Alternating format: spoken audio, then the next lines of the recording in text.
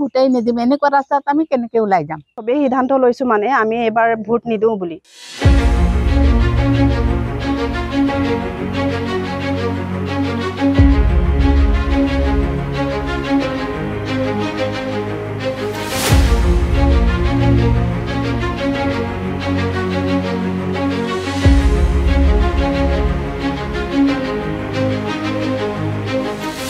ধান নোহোৱা আগত এবাৰ আমি চক্ৰ ছাৰ ওচৰলৈ গৈছিলোঁ, সকলো গাঁৱৰ ৰাইজে গৈছিলোঁ। তেখেতে তেতিয়া ক'লে, ৰাস্তাটোৰ কথা কওঁতে ক'লে যেন বোলে হেৰি আপোনালোকে আমাক কিমান ভোট দিছে, আপোনালোকতো কংগ্ৰেছী মানুহ হয়, আপোনালোকৰ ৰাস্তা কেলৈ আমি বনাই দিম, তেনেকৈ আমাক লাজ দি পেলাই পঠিয়াই দিলে। তাৰপিছত কেনেকৈ কি পঞ্চায়তৰ 14 ফাইনেন্সৰ পৰা এইডোখৰ আহিলে, তাৰপৰা এইডোখৰ আমাৰ এৰি দিলে। আমি এতিয়া যদি যাওঁ আমাক লাজ দিয়ে পঠিয়াই। যেতিয়া টিংখাং সমষ্টিত অন্তৰ্ভুক্ত হ'ল, আমি বিমল বৰাই কৰিব বুলি জানিছিলোঁ। এতিয়া আপোনালোকে যেতিয়া কৈছে আৰু 2 বছৰ তেওঁ ইয়াত দায়িত্ব আছে, তেতিয়াহ'লে তেওঁ আমাক এইকণ কৰি দিয়ক।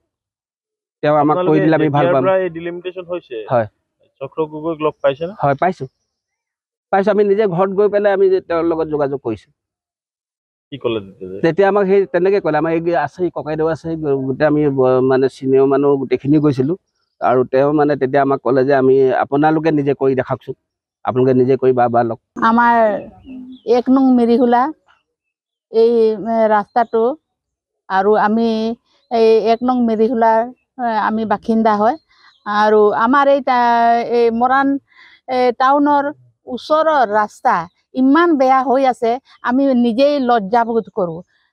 আমাৰ ৰাস্তা দেখিলে আৰু আলহী আহিলে আমি আজিলৈকে তেওঁলোকে আজিলৈকে ৰাস্তাটো বেয়া হৈ আছে বুলি কয়, তেতিয়া আমি বহুত লজ্জাবোধ কৰোঁ। আৰু এনেকৈও আমি ওলাই যাবলৈ বহুত দিগদাৰ হয়।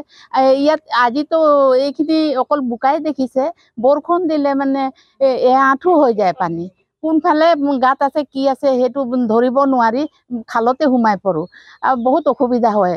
মইতো মানে বৰষুণ দি থাকিলে মানে ৰাস্তালৈ ওলাবলৈ অসুবিধা হৈ যায়। এনেও মোৰ মানে স্বাস্থ্য ভাল নাই, মানে ঘৰৰ ভিতৰতে থাকিব লগা হয়। আৰু সেই তেনেকৈ স্বাস্থ্যটো মানে বাৰিষা ছিজনত মানে মৰ্ণিং ৱাক কৰিব নোৱাৰোঁ। এতিয়া এগৰাকী মহিলাই কৈছে যে আপোনালোকে ভোট বৰ্জন কৰিব, ভোট নিদিয়ে।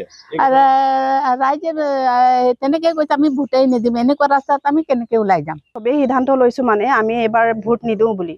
কাৰণ আমাৰ স্কুলৰ ল'ৰা ছোৱালীক লৈ যাবলৈ স্কুল ইমানেই অসুবিধা হয়, মানে আপোনালোকে নিজে চাইছে, নিজে দেখিছে, বহুত অসুবিধাত আমি মানে ভুগি আছোঁ।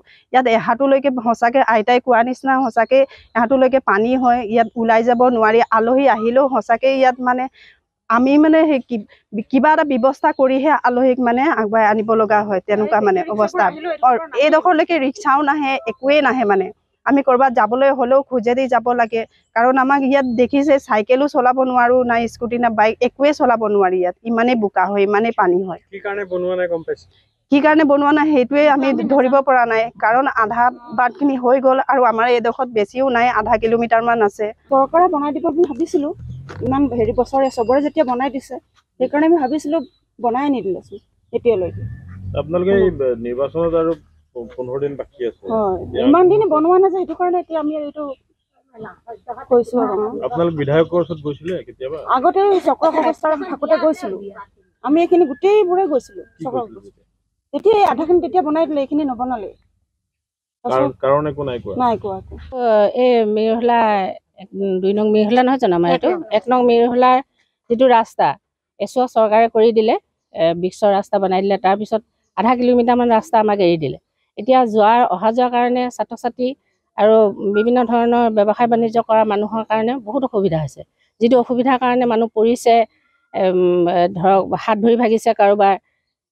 আপোনালোকে ৰাস্তাটো এইটো দেখিছেই, আহোঁতে আপোনালোকেও দেখিছে ৰাস্তাটো কেনেধৰণৰ হৈছে।